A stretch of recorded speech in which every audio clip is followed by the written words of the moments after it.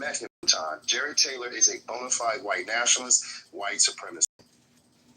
Well, I mean, but do you think that his experience with black people made him such as he is? No, I think he comes from a generation of white people who use that lie that, I came across black people, I was raped by a black person, and therefore I hate black people. That is an old trope that white Americans have used from this generation. Let's ignore Jerry Taylor.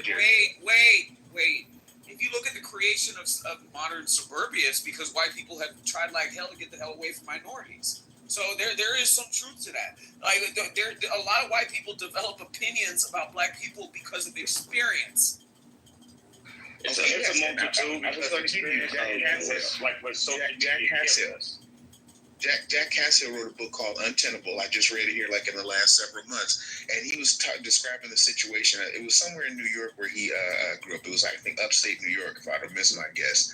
And he was saying that, they had a neighborhood there and it was like working class white people. And he's like, they started to have like a lot of black people come there as a result of the Great Migration. And it turned into like a cesspit. And he's like, it's interesting because nobody ever asked these white people where were they leaving. And I like that. Yeah, that's a lie. And the white suburb was created from the violent Negro.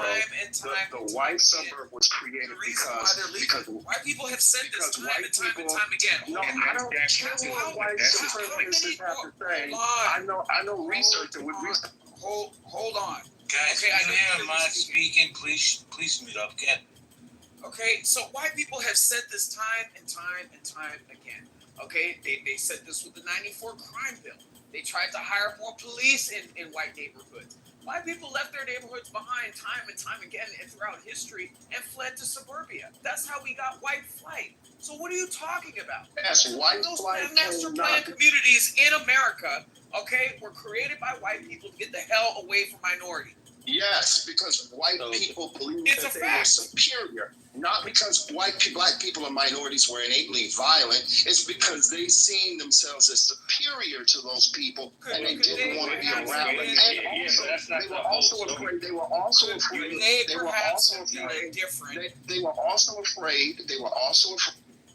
Could they perhaps have been indifferent and just got tired of the bullshit? No, because when you look, hold on, y'all. When you look at black people, Perfect example. And I understand. Damn. When you look at Tulsa, Oklahoma, as an example, when Tulsa, Oklahoma, wealthy people, and I can show you in New York, the same thing happened in Clydesdale.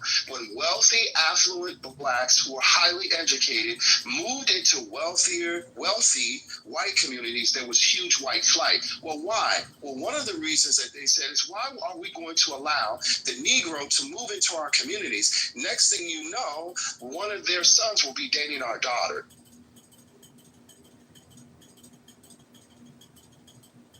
There's an entire study on it from New York Times that was done roughly about 50 years ago, where they went to all these middle class and affluent communities where black people were beginning to move into. And also they came back post-1970 and did the same thing. And this is what white people were saying, that we don't want to live there because our daughters will be marrying their sons. But see, the thing is, I think it's because they feared that their television would not still be in their living room when they got home. I don't think that's what Jack Harrison said. I don't think it had anything to do with their daughters. And that's your low IQ response because you lack the range to be able to understand the data that was actually done and the research that was done over 50 years of research of this. But that's not all of it. And he's talking about Detroit. Now, that's 2 miles away from where I live right now, okay? And so what you see happen was, okay, they had a city that was the wealthiest city in the United States, okay, and they had like these guys come up from the Great Migration, and it turned into a hellhole. And so all the white people moved out of there. Detroit is like 90. Okay, this white person needs to speak for 1 second, and then you guys go back to arguing nonsense. Adams, MG, I'm out of here like Batman's underwear. You guys want to keep it open? Yeah, keep it up, JB. What's up? All right, I'm out of here. Good night, everybody. JB, you know what I told JB. JB, I'll be honest, and we're going to talk about that TikTok shit tomorrow too, JB. I got you. But I told Mojo, until a lot of the original things are handled, the original sins of America are handled, we're gonna forever have to have these conversations, JB. I hate to say it, bro. And Hey, hold on.